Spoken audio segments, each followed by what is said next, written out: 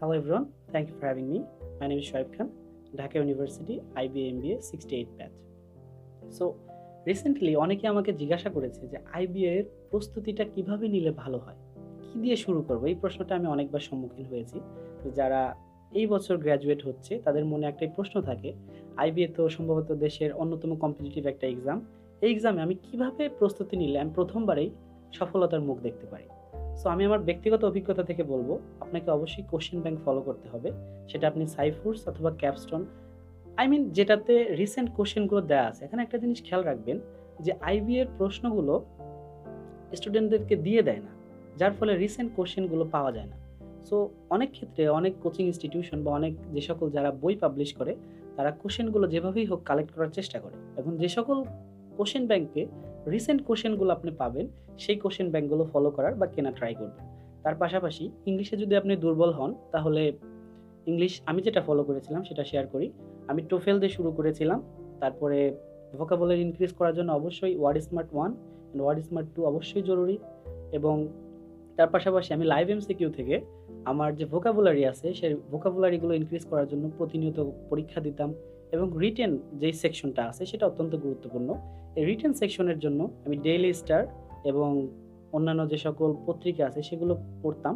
আপনারাও চাইলে এগুলো পড়ে বা এগুলো ফলো করে আপনার রিটেনের যে পার্টটা আছে সেখানে উন্নতি করতে পারেন। তবে এক্ষেত্রে আমি একটা সাজেশন দিয়ে থাকি, কারণ রিটেন তো সাধারণত দুইটি আসে, একটি হচ্ছে আর্গুমেন্টেটিভ রাইটিং এবং একটি হচ্ছে সাধারণ রাইটিং। এখন আর্গুমেন্টেটিভ রাইটিংয়ে যদি আপনি বেশি সময় নিয়ে ফেলেন চিন্তা করার ক্ষেত্রে, তাহলে আপনি লেখার সময় পাবেন না, কারণ আপনার সময়টা তো লিমিটেড। সো এই লিমিটেড সময়ের মধ্যে যদি আপনি লিখতে চান, তাহলে আপনাকে অবশ্যই মাথার মধ্যে একটা প্রম্পট রেডি করে রাখতে হবে। এবং অন্য যে লেখাটা আছে সেটা সাধারণত প্যারাগ্রাফ আকারেও আসতে পারে, এসে আকারেও আসতে পারে। এখন আসি ম্যাথ পার্টের জন্য।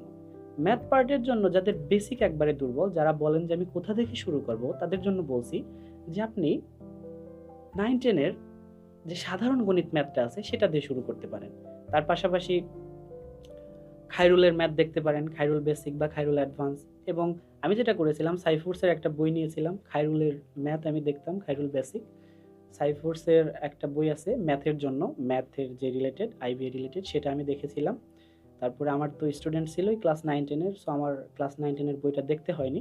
এবং আপনি যদি আরও কিছু অ্যাডভান্স ম্যাথ দেখতে চান, তাহলে আগারওয়ালের ম্যাথ কিছু আপনি দেখতে পারেন।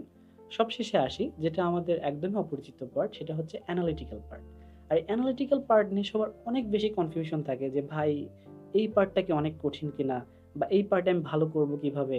তো অ্যানালিটিক্যাল পার্টের জন্য আপনি যেটা করতে পারেন, আমার প্রিপারেশন অ্যানালিটিক্যাল পার্টের জন্য ছিল সবচাইতে কম।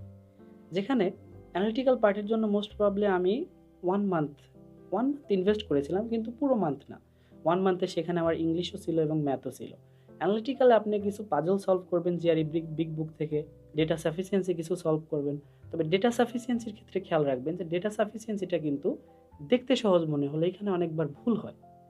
এবং ক্রিটিক্যাল রিজনিংটা অনেক সময় কঠিন আসে, কিন্তু এগুলো আপনি জিম্যাট বা জিআরই এগুলো বই থেকে পেয়ে থাকবেন। সো এটা ছিল আমার কমপ্লিট বুক লিস্টের মতো, আমি এটাই ফলো করেছিলাম। আপনারাও এটা চাইলে ফলো করতে পারেন। তার পাশাপাশি অন্যান্য কিছু বইও পড়তে পারবেন। এখন একটা জিনিস বলে রাখি, যে সব বই কিন্তু আপনি শেষ করতে পারবেন না, আর সব বই শেষ করা সম্ভব না। সব বই যদি আপনি শেষ করতে যান বা সব কোশ্চেন যদি আপনি অ্যাটেম্প্ট করতে চান, তাহলে আপনার জন্য চান্স পাওয়াটা বেশ কঠিন হবে। তো আপনাকে সিলেক্টিভ হতে হবে, আপনার কোন পোর্শনটা স্ট্রং, কোন পোর্শনটা উইক। স্ট্রং পোর্শনটাকে আরও স্ট্রং করতে হবে, এবং উইক পোর্শনে যেগুলো আপনাকে পড়তেই হবে সেগুলো আপনাকে দেখতে হবে, সেগুলোতে যাতে আপনি পিছিয়ে না থাকেন সেটা একটু খেয়াল রাখতে হবে। কারণ আইবিএতে কিন্তু শুধুমাত্র আপনি ইংলিশে অনেক ভালো পারেন, আপনি ম্যাথ পারলেন না, আপনি অ্যানালিটিক্যাল পারলেন না, তাহলে কিন্তু হবে না। প্রত্যেকটা সেকশনেই আপনাকে আলাদা আলাদা করে পাস করতে হবে। ইভেন রাইটিং সেকশনটাতেও আপনাকে আলাদা করে পাস করতে হবে। অনেকের ক্ষেত্রে এমন হয় যে যারা এই এমসিকিউ পার্টটা ভালো করেনি, রিটেন পার্টে গিয়ে তারা কি করে আর ভালোভাবে লেখেই না। তো হয়তো বা সেই বছর কোশ্চেনটা অনেক হার্ড হয়েছিল। যেমন আমার বছরের কথাই বলি, আমার এই বছরে কিন্তু আইবিএস 68 ইনটেকে কোশ্চেন বেশ হার্ড হয়েছিল, যার ফলে কাট মার্কটা অনেক নিচে নেমে আসে। ইভেন আইবিএতে যেখানে রিটেনে সাধারণত 180 প্লাস টেকে, সেখানে মোস্ট প্রবলি 133 টিকে ছিল। এবং ভাইবার পরে যেখানে সাধারণত 120 প্লাস মাইনাস টেকে 120-এর মতো যেখানে থাকে, সেখানে ভাইবার পরে মাত্র 83 জনকে তারা ফাইনালি সিলেক্ট করেছে।